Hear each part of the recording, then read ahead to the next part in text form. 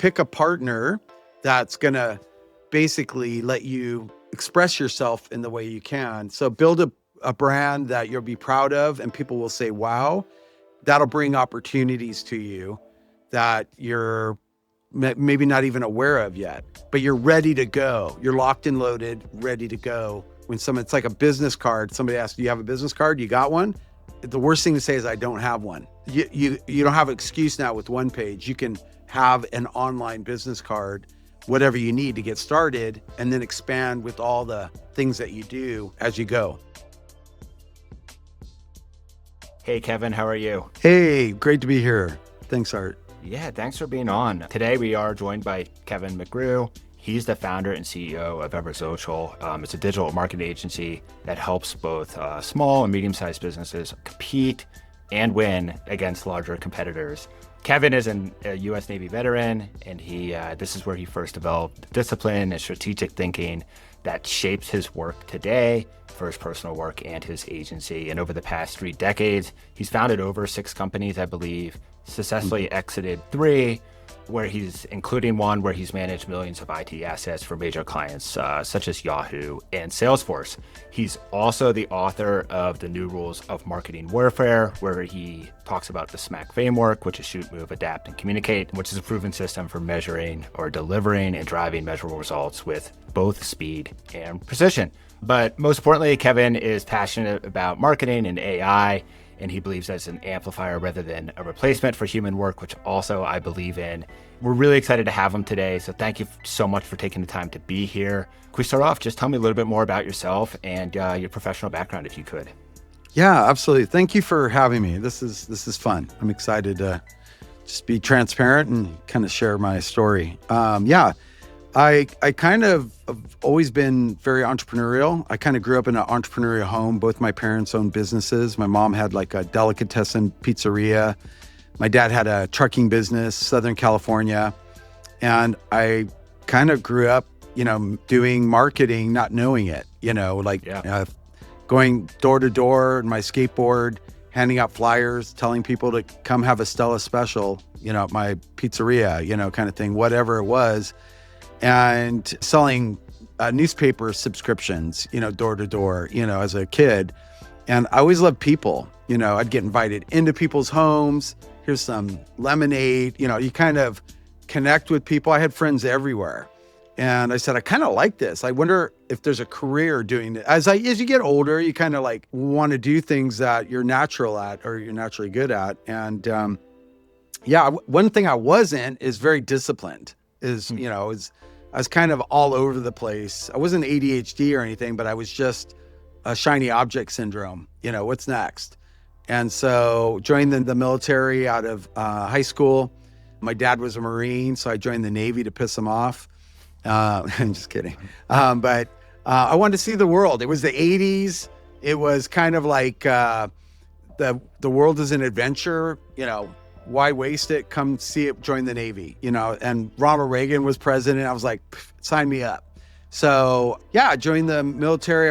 I my job in the military, you could be a cook, you could be a deckhand, you could be a lot of things, radio man, whatever it is. I wanted something that was very different. And I became what's called an operations specialist, which they called us mushrooms because you feed us poop and you stick us in the dark, basically.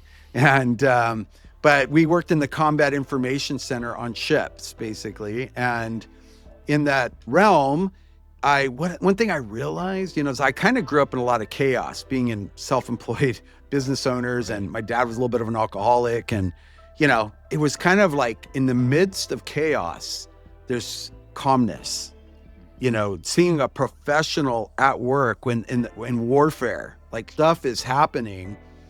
And under all that pressure, everybody's calm, everybody's doing their job. That really impressed me as a young man. And I didn't have that innately. I thrive in chaos, kind of thing. And so that experience really made me go down a deep learning curve of what makes up this kind of professionalism and learning. And what I learned was confidence. The more confident you are, the more work you put into something, the more less panic you have. When you're winging it, which is I'm really good at, that's where there's lots of potential for chaos, Gotcha. and right.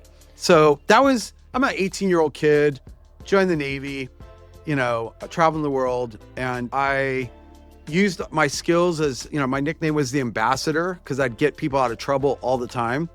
And I could speak multiple languages. I love people, that was my gift, but I loved art. I loved warfare. I fell in love with the strategy, the ability to take complete chaos, make it sane and processable. That's what we did in the combat information. We took a lot of different data points and assimilated in a way that decisions could be made. So I'm a very data-driven person because of that, and so we have Google Analytics, you got Google this and that, and how do you take all that, simplify it, assimilate it, make decisions from it, right? And so that's kind of, I know I'm talking a lot, but I wanted to give you that baseline. That's kind of what began a journey of entrepreneurialism and business efficiencies that led to ultimately this book.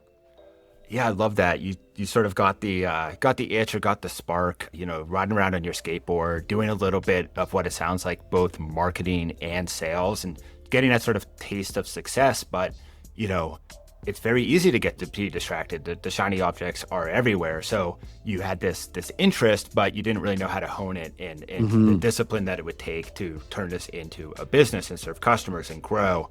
And the list goes on, but the military taught you that, and it taught you how you could have this, this chaos, whether it be shiny object syndrome or frantic customers or chasing new leads, and really figure out systems, I'm guessing, that can translate into a healthy business with a strong foundation, and not just a chicken with his head getting cut off, for lack of a better analogy. So we talked about a little bit how the Navy shaped your approach to business and marketing without being too specific, but you founded, multiple companies at this point. Obviously, you're currently running an agency. You have a personal brand. You're a speaker. You've written a book. What key lessons from the company specifically that you started did you carry forward from these experiences in these companies to what you're doing today? What were some of the biggest lessons you learned?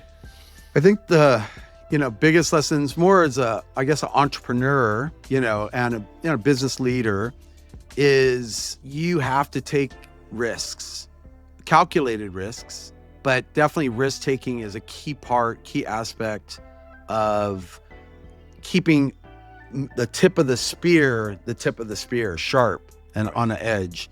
And so, I never anticipated, I didn't have this desire to go out and just start businesses. I didn't know what that really meant. And honestly, it kind of sounded scary to me because to me, it was like a lot of chaos in my own home because of owning businesses, a lot of PTSD moments, you could probably say, making payroll, do we eat or do we pay our employees, all these kind of things, right? Right. So, it wasn't like I was looking for that, but what I found is you have to be, number one, a problem solver.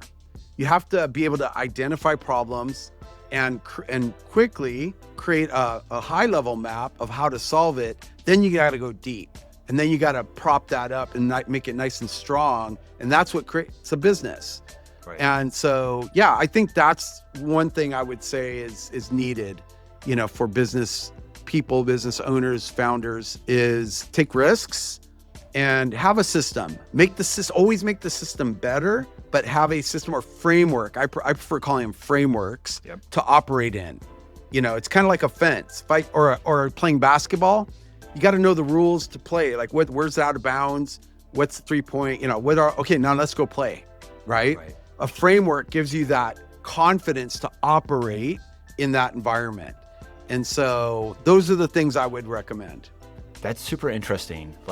Obviously, I think it's pretty well established that if you're a business owner, you have to take risks to get ahead. And if you don't, you're just going to be sort of lost in the sea of other businesses that don't make it.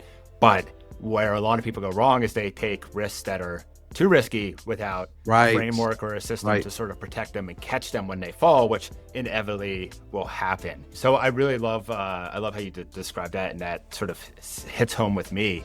What about Everzocial? Obviously you're an agency. There's a lot of agencies out there doing a lot of the same things you're doing. What sets you apart from other agencies? What's your what's the reason that people come to you and then stay with you as an agency owner? Great question. I believe very much it's a relationship-driven business. Even in the world of AI where everything's, like people want outcomes, right? Business is coming to an agency because they want an outcome. And a lot of agencies promise outcomes, but don't necessarily deliver. And there's a gap there. Right. We're all about very much knowing their market, the client's market, better than they know it. And we do that through a lot of research, a lot of audience build. Like our framework, SMAC, from the book, stands for Shoot, Move, Adapt, Communicate. Shoot is knowing you have limited ammo. Knowing who you're shooting at helps a lot so you don't waste a lot of ammo. Right. And so I'll stay on that one real quick, but that allows us as an agency to really be intentional, because most agencies react to what clients want. I need PPC. I need whatever it is. And so they're reacting to it. We don't do that. What we do is we assess the battlefield. Business is war. Marketing is a battlefield. Right. And so we're not going to go into war blindfolded. We're going to go in knowing what we're getting into. And so a lot of times what we recommend is totally different what the client recommends or wanting. Now, sometimes we have to solve problems. We call them quick wins. If they want PPC, we'll give them some ads, create a landing page, do everything they want, but it's now our turn to drive strategy, right? So it's like a way we're set up is we're a Navy SEAL team with a commander. Every pod, we have team leads, we call them, and we use in a pod system, fractional expertise distributed amongst our clients. And then we have a chief strategist. And so that's sometimes me. We have other chief strategists. And what we're doing is we're constantly going to battle proactively. We're not just setting and forgetting things. And we know the battlefield. The client is a little bit outside the battlefield. He's the king and he wants us to go to battle for him. Right. And so that perspective is, I feel, how we operate differently. I'm not familiar with every other agency out there, but I rarely see agencies, everybody's niched down, a SEO agency, a PPC agency, what have you. We're more of a full service, I guess is how you would see us. But we know our arrows that are in our quiver, PPC, whatever it is, SEO, GEO, whatever the latest is, we know what those are. We know when to pull those arrows out and shoot them. It's for the purpose of getting our clients more business, revenue. If it's not revenue driven, I say shiny object, that's not going to get us revenue. I can do that. I'm happy to charge you, but it's not going to get revenue. So there's a lot of times they're hiring a CMO because we're clashing. We're giving a battle of ideas, how to get to where you want to go. And we're reminding them why we're here. A lot of agencies don't do that. They're like, yeah, we'll pivot. We'll do this for you. Yeah, we'll do that. Before you know, you got a Frankenstein campaign going and you're not successful. My reputation's at stake. I will not compromise that. Yeah, you said a lot there, but one of the things that I was connecting here in my head when I was listening to you talk was just going back to that confidence you talked about earlier, right? Like, I think that what you're saying in so many ways is like a lot of agencies will just say, yes, we'll do whatever you want. But what you're saying is no, we'll do the research, we'll build our confidence, we'll be confident in what we're going to tell you and direct you to do. Yes, we'll do the things you want, but guess what? We're confident in what we're saying, and this is our strategy, and you should follow it. And we'll make you happy, and you should trust us, and all that good stuff. But you're building that confidence so that you can win for yourself and for the clients as well. So I really, really like that. Let's talk a little bit about your book, and we're here, to talk about Onepage as well. Yeah, I love Onepage. You have this new book, The New Rules of Marketing Warfare, and this has the SMAC. Am I saying that right? SMAC framework. Yes. Yep. In the book, which you talk about, but let's talk about the book, how you came up with the idea for the book, the SMAC framework a little bit, and then we'll talk about how you use Onepage to build, a personal brand page, which has information about the book, your public speaking engagements, all that sort of stuff. So we'll kind of cover both, and then we'll finish off by taking a look at your website and showing everyone what you built. Yeah, absolutely. Yeah, it's really a battle plan. is what the book is. It's a battle plan to go to war. Like I said, business is war. Marketing is the battlefield that we're gonna, if you don't look at it that way, the first thing I'll say is that the SBA, who lends money to a lot of businesses in the United States, have a statistic, and it's been pretty consistent for decades now, and says 50% of businesses will go out of business within 5 years. Which is crazy. And 75% will go out within a decade, within 10 years. Yeah. And the biggest reason is a lack of ability for knowing how to market themselves, because it's shifting battlefield. The battlefield, marketing's changing all the time. Social media comes on the scene, or, PPC goes away, or, Facebook doesn't work anymore, what have you. SEO is always changing. It's SEO is now GEO and AI SEO and, all these different things. And so the world is if grandma can Zoom, the world has changed. COVID flipped everything on its head. Really did. And so that adaptability is what this book is about. It's knowing how to be proactive, go into the battle and take on David versus Goliath. David did not go and fight Goliath with a shield and a sword and a spear and a helmet. The king tried to put one on him, and he goes, "King, I've not tested this in battle, but I have tested my slingshot. And so let me go do what I'm good at." Like, you're just a kid. You're going to take on this, and you're representing our whole country here. If you lose, we're their slaves. And he goes, "King, I've been doing this for years in the battlefield of keeping my father's flock." Right? I've taken out lions, tigers, bears, everything that's come after me, and I only get one shot, because if I miss, they're taking me out. That intensity, that training, that 10,000 hours that he put in, is what allows him to go. And that's what this book is it's equipping business owners. See, I couldn't do this for every business owner, because I'm human, I'm limited. Even with AI, I can only do so much. But by writing a book, I could help many more people. So the goal of the book is to help 1 million businesses that would otherwise be in that 50 percentile that fails succeed. It's to flip the script. That's the goal of the book. So I've taken everything I've learned the hard way with my businesses, my previous business. I put it in that book into a framework. It's not just stories. There's over 60 case studies in there. And there's a lot of cheat sheets for you. And there's a whole community afterwards that people can join to say, "I'm ready to go to war. I want to go to war with other warriors." And so that's called the SMAC framework and the new rules of marketing warfare encapsulating. That's what it is. It's new rules for marketing and warfare. So that's out now as of June of this year, and it's selling great. Lots of publicity and public speaking opportunities and being on a podcast. And Onepage really came to my rescue, to be honest. And I'll tell you a little bit more as we kind of get into that. But that's the story. Yeah, I love it. Thanks for sharing everything. And I'm going to pull up your site here. We can go through it in a second.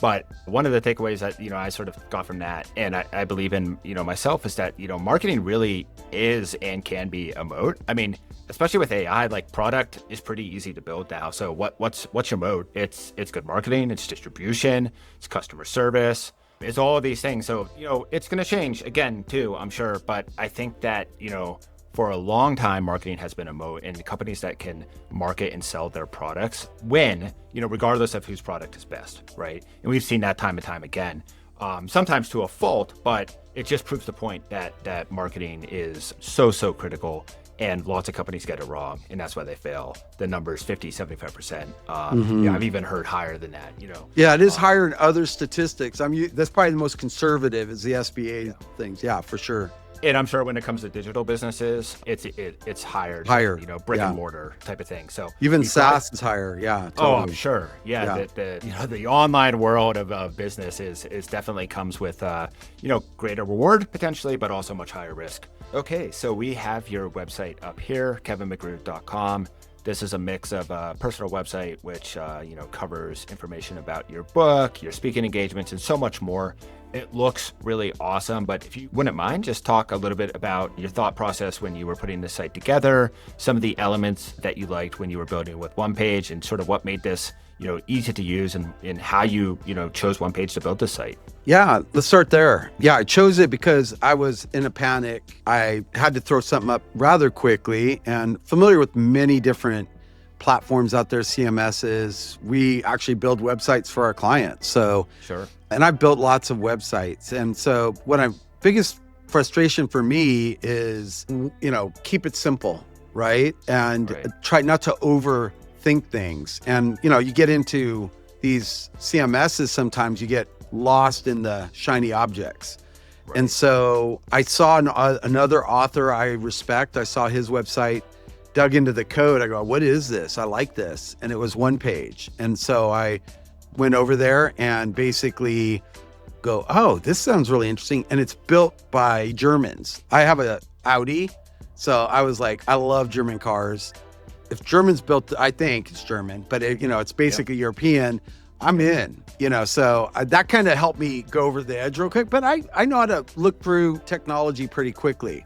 So yeah, I jumped in and signed up right away and just started building. I need to build something by the next morning because I was going to be asked to be on a TV show and they needed something. And so I quickly built it. I loved there's a CRM, a light version of a CRM in there. Yep. So I didn't have to connect it to all these widgets and modules and third-party things. There's also a quiz builder, which I wouldn't have done if it wasn't in there. And it was so simple to build that I actually built a quiz on how to work with me, kind of thing. And it really kind of came through in a clutch moment, but it was very beautiful, displayed mobile friendly right away, and made me look really good. So I was all in on Onepage at that point. I've recommended it to a lot of people that are looking for simple, get started, keep it simple, stupid, the KISS principle. And, there's a lot more sophistication to it too. I'm just saying, if you're starting out, you need something quick. You don't have to be a AI wizard and, let AI write it for you. I wouldn't recommend that. I would definitely look at a hybrid, which I think Onepage kind of offers. Yeah. And, first of all, this page looks incredible. I look at a lot of different websites and just how clean it is, but also visually appealing. There's a lot of really good things going on here. So the fact that you put this together certainly speaks to Onepage, but also speaks to your experience. I think the blend of the two yielded this terrific website. And you talked about some of the different elements, like the built-in CRM, the fact that it's mobile friendly out of the box. Really today, mobile first is so important, especially if you're running ads to your site. People click on a social media ad, they're going to your site on their phone. It's got to look good. It's got to load fast. This site does all of that. Is there anything specifically within the Onepage platform that really just jumped out to you as this is amazing? This is so much easier than other platforms I've seen before. Maybe it's a CRM, maybe it's just the mobile friendliness. Is there anything that jumped out to you? Yeah, yes, it did. What I liked was the elements were very much how we pitch as an agency structure for a website. Credibility bars are built in, right? That right there's a credibility bar. The a picture, these blocks that you can use, upload. It's hard to get a signature, someone's actual signature kind of up there. Was they had these little blocks for kind of thought of everything, if you will. They had templates for personal brand, for lots of different things, which I think helps for ideation. Most people are not super creative. They need to steal ideas, if you will. I needed that in the middle of the night, even though I'm very creative. And so I really appreciated that about, oh yeah, I can swap out my picture for this picture. I can do this there. It helped me ideate through things where if you don't know where to start, a lot of sites just give you all the widgets and you got to choose from that, right? I think Onepage kind of starts with the template. Pick something that you want to start. You can change it. But it kind of forces you down this natural path of building a site and filling in the blanks. And then when you learn, you can make it better. if that makes sense. Yeah. Yeah, and I think that sometimes, I think first of all, templates are crucial. Whether you're, a creative designer or not, I think templates can give you a good starting point. But I Yeah. also think sometimes they get a bad rap, like, oh, like, you built this from a template. Come on. But the reality is that we all need that creative inspiration. And, maybe you started with a template, but then you back out of things, you add new things. It just gets that creative juice going. So I really do think templates are great. They do sometimes get a bad rap, especially from professional designers who are like, oh, I would never touch a template. But you know what? With one page, you can do either. You can start from a blank page. You can use a template. You can reverse engineer it. Like, there's lots of ways to sort of like, slice the pie. And I think templates are a good tool to have in your pocket, especially if you need something in the middle of the night because you're going to be on TV. Or you're unfamiliar with someone's business. Let's say you're a consultant, or let's say you're an employee at it, and you need to come up with something, and you need places to stick things. And so you could be like you said, come in with a Figma design or pre-designed website and then build it there too. It's very easy to build, but you don't need to be a WordPress developer or an expert on a platform. That's kind of the difference, I would say, with Onepage is you don't have to be an expert in that platform. You kind of, even if you're doing something that it's quote unquote simple, you got to be an expert in their framework, how things work, how to connect things. It's not that simple. And this is what I found about Onepage. It really is that simple. And so if you're looking for a way to get something done quickly, like not become an expert at web, but get an output or an outcome that you're looking for, use a tool that gets you there the fastest. I call them micro moments of awesomeness. We need 4 or 5 of those you need to feel good. Like I was able to get a basic one up. If someone looked right then, it was there. Now I can make it better. Now I have time to look around at other ideas, even not on Onepage, but other ideas, add that from other author pages, connecting I didn't have to type these reviews in there. I connected it to Google, and it sucked in all my reviews. I was like, thank you. That would cost me $300-400 a year as a widget in WordPress, right? Yep. So there's a lot of those built-in capabilities. Audio, you can have audio in there. There's a lot of tools. Like if I wanted to have my podcasts audio put in there, there's an audio tool. There's lots of pre-thought through tools. So that I don't want to sound like a fanboy here, but number one, they came to my rescue. The plus minus aspect of this is something we build into all our sites. I was like, it's pre-done. Kind of thing. I didn't have to think about it. And there's a quiz there too. The quiz thing was, it's usually a little more sophisticated. Again, buying a third-party app that's multi-step form fill. And I was able to, it's already built into the platform. So you don't have to go off and buy third-party apps. It's all built in. That's kind of the way I would position it. Yeah, and I'm glad you touched on that because we hear that a lot. One of the things is, with other platforms is you have to purchase other tools, which is expensive. Maybe that's a factor, but I think another factor is like it's another thing that could break down. So now you're using 2 services instead of just one. Right.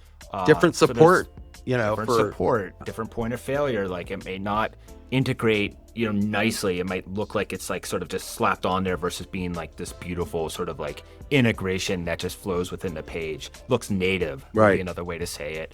And, I think security, cost, using tons of different tools. Anytime you can consolidate into that one stack, it's really helpful for business owners. So I think you touched on a lot of things that a lot of other people really like about Onepage. It makes it simple, easy, fast, reduces costs, reduces, security risk, all that sort of thing. Is there anything after, using Onepage, do you have anything that you would sort of pass along to a new Onepage user? Yeah, I think it's easy to be happy with good, right? Like you can get a good product done quickly. I think crawl, walk, run, right? The first pass through, like they do a good job of getting you to where you want to go. But I would look at walking and running, right? Now your content should be looked at. That's something Onepage doesn't do for you, but really kind of take another layer and enhance how you position yourself. And then the run aspect is using the extra features there. Don't get caught up in that early on. Those can become shiny objects. Right. Get get success by building something that gets you people can contact you, you can collect their information, you can put the messaging out, the services you offer, whatever those things are, get that out. But the run aspect is adding a podcast, adding a blog, adding different aspects that you didn't come prepared with at the beginning. And because the features are there, it might inspire you to write 3 blog posts, right? And share those. So it's nothing wowy, but it's more process driven. But that's how you're going to get the full value because you'll be happy with, okay, here. You can turn it into a wow site very quickly if you continue to leverage the tools that are built in. Yeah, and I think the other part of this is just, and I love that, by the way, I think that's the right approach, is just get something out there, take the small wins, and then build and iterate on top of that. Yes. But the other thing is you just don't know. Like, you should really have your site up there. You should have it built. You should talk to customers. You should get feedback. You should, hear what they have to say. Hey, we have this new website. What did you think? Like, maybe they'll say, hey, I tried to submit this form and it didn't work. Oh, right, great. Right. So now you can improve on that, but you can't even begin to improve unless you get it out there in the world. So I really, really like that. We covered a lot of ground today. We talked about your agency, your personal website that you built with Onepage, your book, this was awesome. We definitely learned a lot from you. We will share your personal website that you built on Onepage in the show notes. So if you're curious to check out the site that Kevin has built, click on the link below of this video. And any closing thoughts, anything else that you'd like to share with the audience before we wrap it up today? Yeah, I think the biggest thing is a personal brand. I'll talk about personal brand, is your first impression. You only get one chance to have a first impression, right? And so you want to build a team that's going to help you. Onepage is a great addition to your team, if you look at it that way. LinkedIn's part of that team. Your socials are part of that team. And the website is a place that we should own. It's the only place where we can control what we say in every way. Everywhere else, we're renting, if you will. And so, pick a partner that's going to basically let you express yourself in the way you can. So build a brand that you'll be proud of and people will say, wow. That'll bring opportunities to you that you're maybe not even aware of yet, but you're ready to go. You're locked and loaded, ready to go. It's like a business card. Somebody asks, do you have a business card? You got one? The worst thing to say is, I don't have one. Yeah. You don't have an excuse now with Onepage. You can have an online business card, whatever you need to get started, and then expand with all the things that you do as you go. But that, and then if somebody wants to connect with me, I'm happy to connect. LinkedIn is the best way from a business perspective. I have an influencer brand called Cigar Man Official, where I smoke cigars and talk bourbon on Instagram, about 20,000 followers there. And then I Am Kevin, about the same number of followers, is my strategist, agency owner, my family kind of Instagram, very active on there as well. Yeah, definitely give Kevin a follow. He's super interesting guy, has a lot of knowledge to share as well. And I completely agree, especially in the age of AI and deepfakes and all that sort of stuff. Building a personal brand and owning your identity is more important than ever. And you're doing a great job using Onepage to build the page. So thank you again so much for your time today, Kevin. Really, it was great to talk with you, and hope to talk again soon. I really appreciate it. Thank you.